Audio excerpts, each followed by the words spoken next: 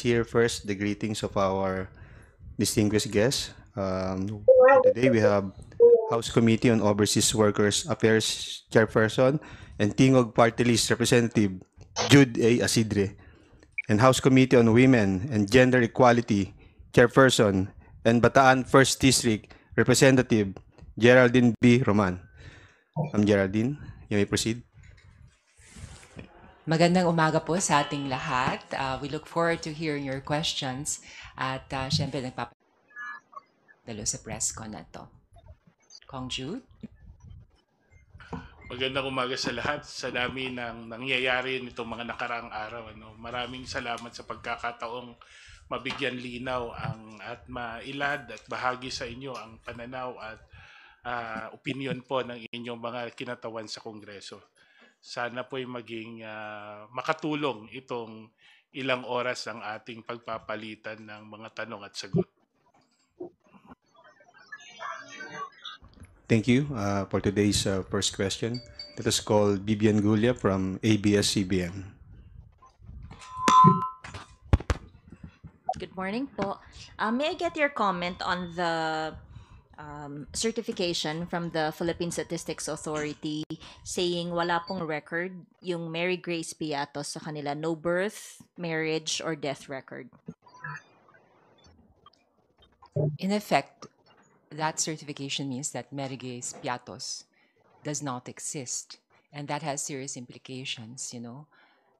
When you submit documents to the COA na merong tao na nagngangalang Mary Grace Piatos na nagjo-justify ng certain gastos, pero mapatunayan mong wala, parang merong element of fraud doon. So I guess that has to be taken into consideration by the Quadcom as well, no? This new development.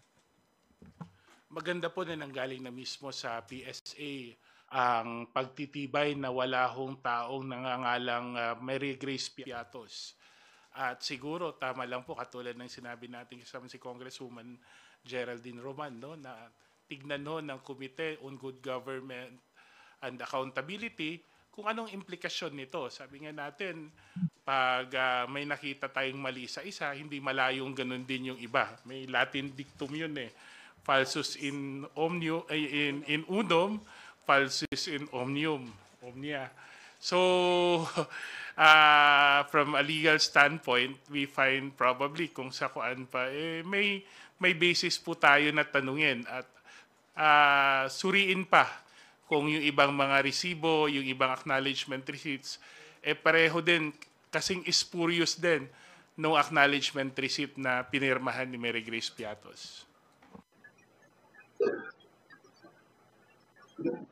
And then yesterday po, merong inihain yung unang impeachment complaint against Vice President Sara Duterte. Among the grounds cited, culpable violation of the Constitution, betrayal of public trust, alleged bribery, etc. Your comment po, and sa tingin niyo po ba may sapat na panahon pa ang mababang kapulungan para dito sa impeachment process?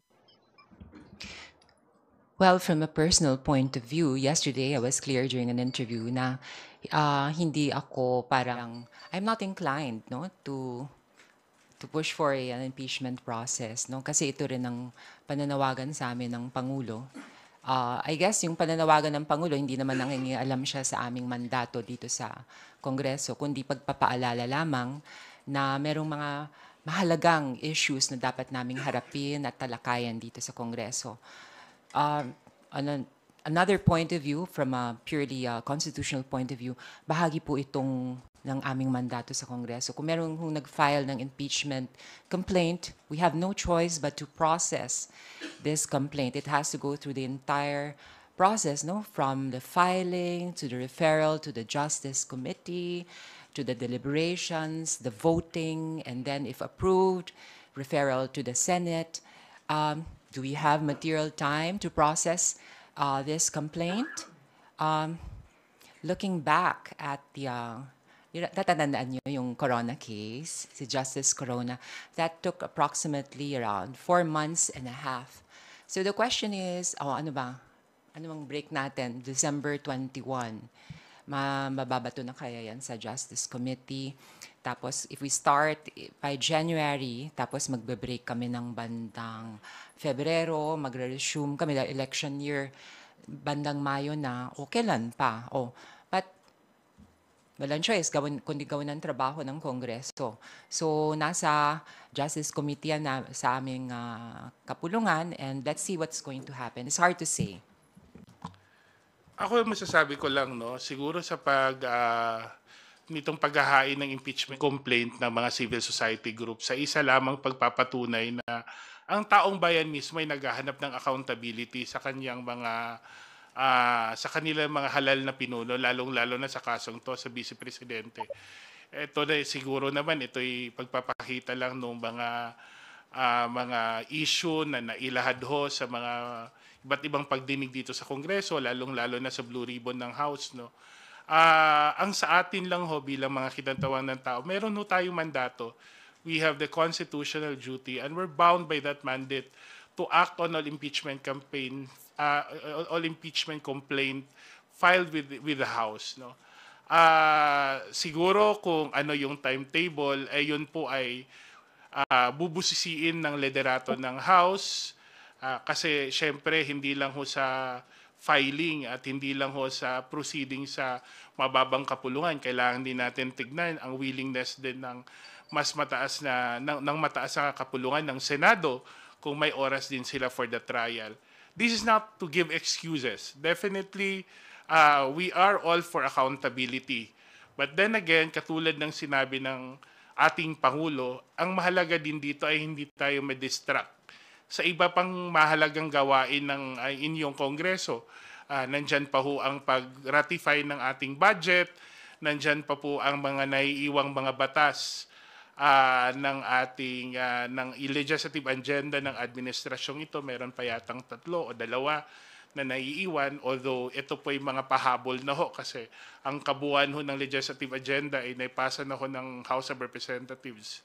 That being the case, this will be a careful balancing act on the part of the leadership and the part of the House. Of course, the leadership has yet to give their definite guidance on the matter. But nonetheless, I think most of us members of Congress are one in saying that we are ready to undertake our constitutionally bound duty to tackle the impeachment complaint. Huli na lang. Will this be a priority of the lower house? At if you would know lang, nasa ang stage na po ito. Yesterday it was filed. Verified na po ba?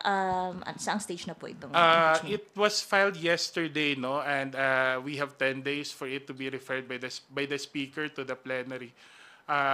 Hindi naman siguro sa whether priority hindi, kasi nakita niyo naman ho sa mga mga pagdinig ng Kongreso, lalong ng House of Representatives, lalo na sa good government at sa Quadcom, naging prioridad naman talaga natin ang paghahanap ng accountability sa Office of the Vice President.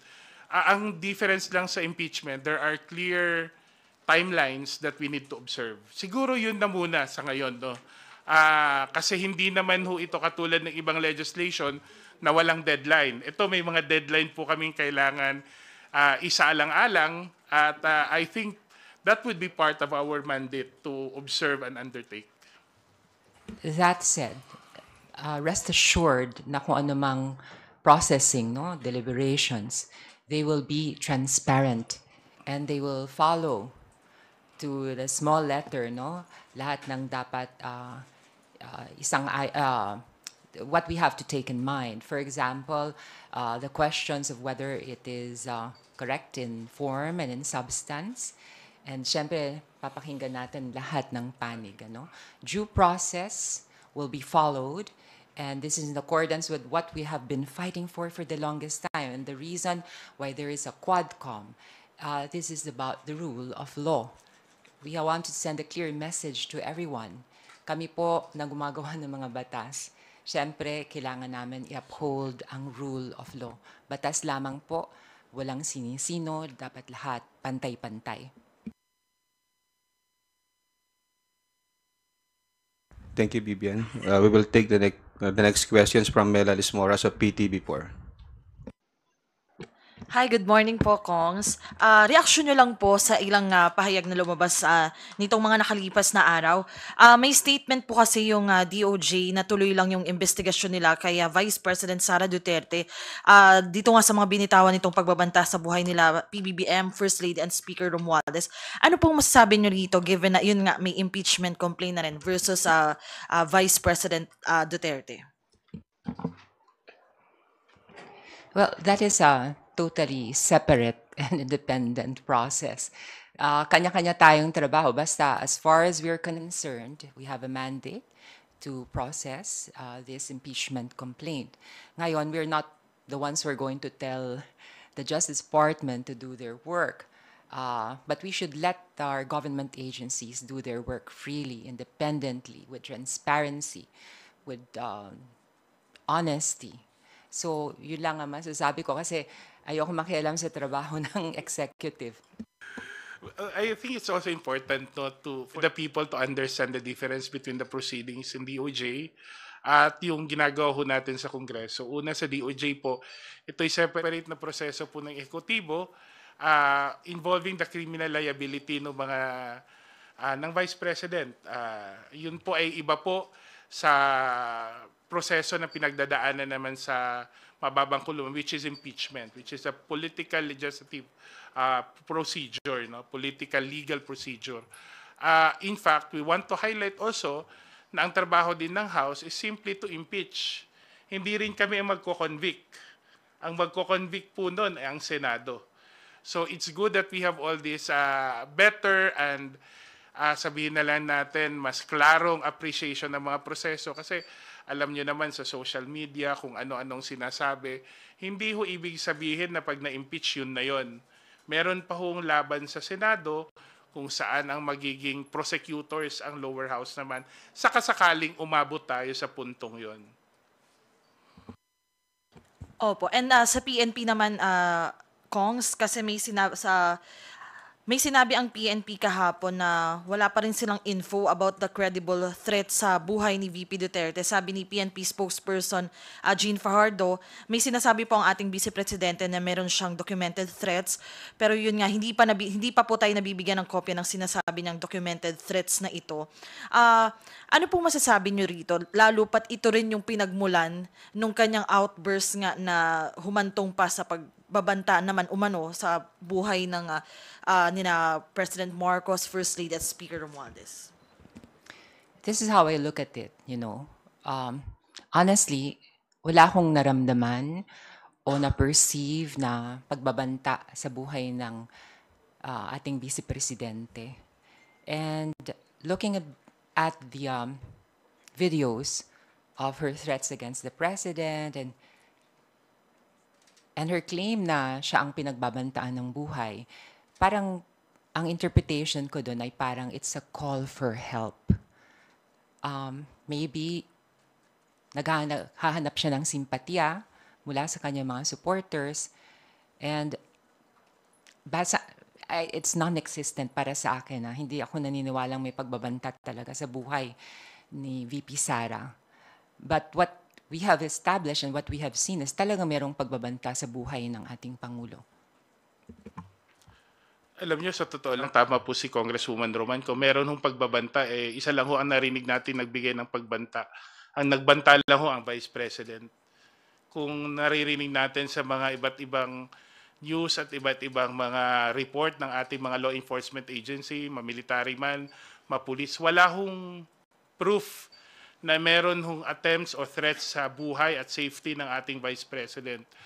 Kung wala hong makapagtibay na iba, siguro nasa isip lang ho ng Vice Presidente, all these perceived threats are all in the mind of the Vice President. And to be honest, since she is the second highest official of the land, for her to verbalize these threats without clear evidence is, I think, grossly irresponsible.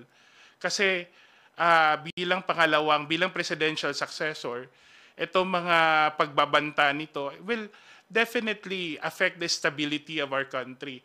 And for someone with that mandate to express this without clear evidence is basically contributing to greater instability na hindi makakatulong sa ating bansa. Sana ho, naisipan ng Vice Presidente na before siya magsambit, magpakita sana sila ng ebidensya at patunay. At hindi lang ho yung ebidensya ng galing sa kanila.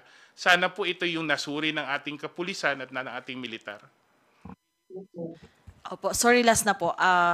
Sa isang pahayag, sinabi po niya dating Congressman Nery Colmenares na tumatayo ring one of the councils for drug war victims na the International Criminal Court may have finally wrapped up its investigation and maybe now preparing for trial. Ano pong masasabi niyo rito given na yung mga issue ukol sa war on drugs ay tinatalakay rin dito sa Kamara, particularly ng House Squad Committee? Actually, no, we do not recognize for now the jurisdiction of the International Criminal Court. That's within the purview of the executive to undertake the diplomatic or the foreign policies recommendation in that respect. Ang Kongreso po ay kinikilala ang paninindigan at ang posisyon ng ehekutibo sa usaping ito. At dahil po doon, tuloy-tuloy lang ho ang anumang investigasyon na gagawin ng Kamara sa usaping ito. Ang sa akin lang ho, sana ho kung mangyari man ang trial, ito'y ikonsidera na isang pagkakataon ng mga tao, mga individual na pinangalanan, no, yung ating mga ng dating Pangulong Duterte, yung mga kaibigan natin sa Senator Bato de la Rosa, they take the advantage of the opportunity to explain themselves, no? Para siguro ito yung maging platform sa kanila. Kung hindi man hustisya to para sa mga AJK victims, baka pagkakataon ito kung meron mang silang masasabi para malinis ang kanilang pangalan o the defender name. Ako, actually, no? Pagbabalik tanaw sa Quadcom, nung aking sinusubaybayan yung mga proceedings, nagugulat ako kasi maraming mga resource persons, they were incriminating themselves, actually. And sometimes with sense of pride pa nga, parang misplaced yung sense of pride na pinagmamalaki na ako'y nagpapatay o ako'y nag-order nito.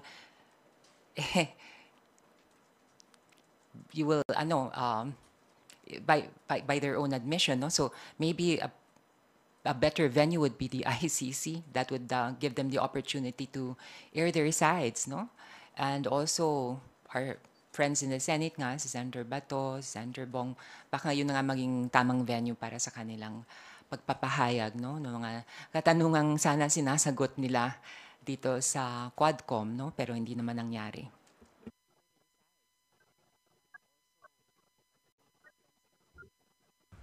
Thank you. Kat Porbes from Radyo Pilipinas. Please proceed with your questions. Ay, good morning po. Sorry, nasa likod lang po ako, ma'am, sir. Hingan ko na lang din po kayo ng reaction regarding po sa isang statement ni Vice President Sara Duterte na sinasabi niya na ang impeachment laban sa kanya ay pagwawaldas ng pera at ginagamit lang ito para pagtakpan yung maraming pangako ng administrasyon na napako. Ano po ang inyong komento tungkol dito? Kung magwawaldas lang dan, di ba, hindi siguro ang Vice Presidente ang tamang tao para mag-correct ng pagwawaldas. Hindi ko kami ang nakaubos ng 125 million in 8 days or 9 days. But that being the case, no, I don't think that procedures such as impeachment are actually pagwawaldas in a sense. Ito po'y mekanismo na nasa saligang batas. Kasama po ito sa pagiging isang matatag na demokrasya. Ang checks and balances na nakasaad sa ating konstitusyon ay nandyan po for a reason. And exactly for reasons like this, kung saan naghahanap tayo ng accountability mula sa pinakamatataas na halal na pinuno ng ating bansa. I think every resource that we invest or we spend for this purpose is worth spending. Kasi ho, kung wala ho ang paghahanap ng accountability at wala ho ang ating wala po ang ating efforts para maitama ang maling ginagawa ng ating matataas na pinuno ng bansa. Anong klaseng demokrasya rin naman tayo? At that being the case, hindi naman fair na sabihin na tinatago ng administrasyon kung kitang-kita naman natin ang mga ginagawa ng administrasyon para matugunan ang mga problema ng ating bansa. Kahit kami dito sa House, siguro naman nung naipasa natin ang halos lahat ng legislative priorities ng administrasyon, ito'y klarong patunay na atin pong sinusuportahan at tinutulungan ang ating Pangulong mabigyan ng solusyon ang mga problema ng ating bayan. Siguro ang taong gustong magbulag-bulagan, talagang walang makikitang tama. At ang taong gusto lang manira, walang makikitang tama sa anumang gagawin ng Kongreso. I have yet to hear the explanation of the Office of the Vice President regarding the confidential funds.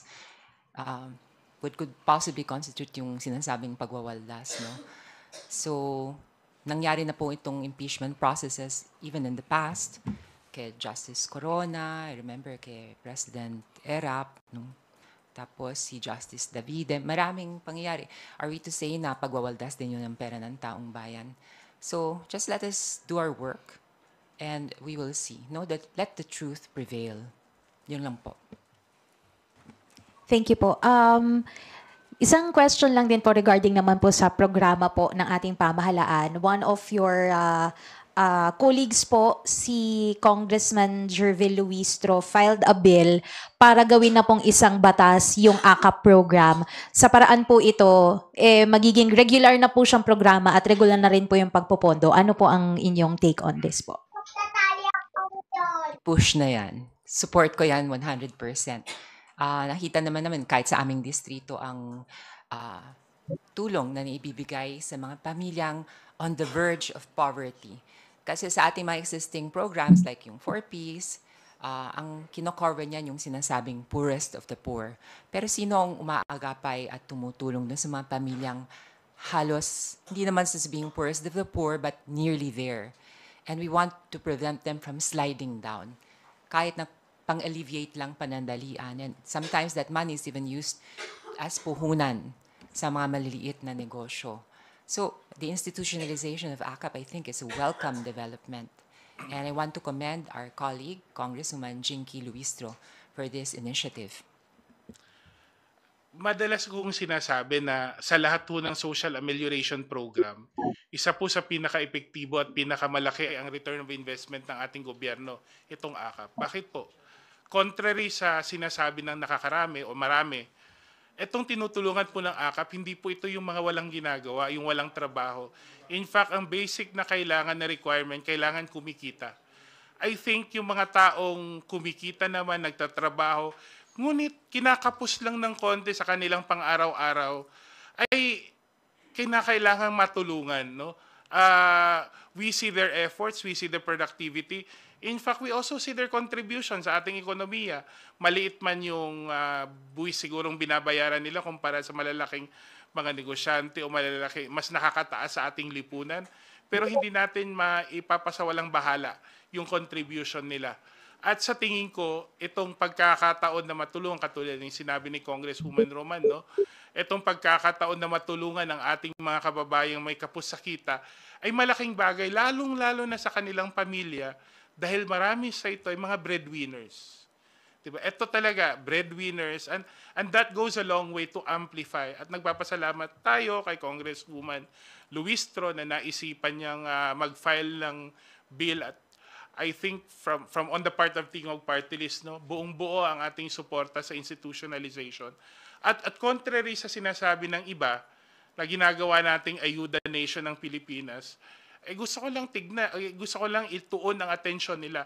Yung kapitbahay nating bansa, ang Thailand, namigay din sila ng allowance na 10,000 baht sa halos lahat ng Thai nationals.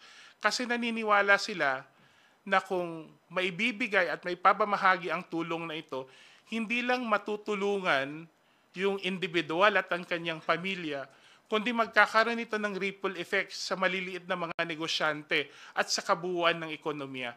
Ito po yung isang parte ng akap na hindi natin nabibigyan pansin. At nakita po ito namin sa mga lugar po kung saan tayo nagkaroon ng malawakang pagbibigay ng ayuda. Nagkakaroon ho ng paglago ang mga small at medium enterprises. Kasi ho, tumataas ho ang purchasing capacity. Kahit papaano po, kung sa economics lang, the velocity of money, the volume of money, all contribute to a healthier economy. Wag ho nating, sobrang simplistic po ng mga panukalang tanggalin natin kasi nagkakaroon ng dependency, tanggalin natin kasi ayuda lang yan.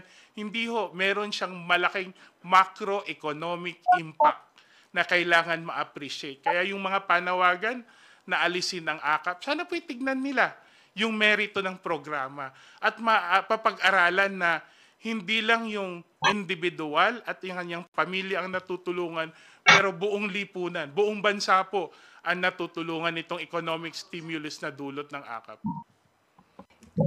Maaari ko sana idagdag na kami naman po dito sa Kongreso, we're very aware na this is a stopgap measure. Hindi naman namin pangarap na buong buhay nakaasa sa akap ang ating mga mamamayan. We're very well aware na ito ay tulong, pantawid. But gusto ko rin i-assure ang ating mga kababayan na kami po sa Kongreso, pagdating po sa mga mas malalim at mas long-term na pagbabago para magkaroon po ng progreso sa ating ekonomiya, sa pamamagitan po ng pag-attract ng more investors, sa pagtulong po sa ating mga magsasaka, sa pag-agapay po sa mga small and medium-scale industries. Lahat po yan ginagawa namin dito sa House of Representatives. Kaya nga nag-amyenda tayo dun sa rice tarification law para tulungan ng ating mga farmers. We want to create an investor-friendly climate. Kaya nga we want to establish the rule of law. Kasi isa sa mga complaint ng ating mga investors, yung arbitrariness na sinasabi nila na that the law is applied selectively. Hindi po tama, hindi po totoo yan. Nais nating patunayan. And of course, lahat po ng legislative agenda ng ating Pangulo na may kinalaman sa ekonomiya, kami ay naipasa na namin dito sa House of Representatives. Which begs the question, sa Senado. So maybe ito'y pananawagan din sa ating mga kaibigan sa Senado. Tulong-tulong tayo, ha? Para bukod sa akap, meron din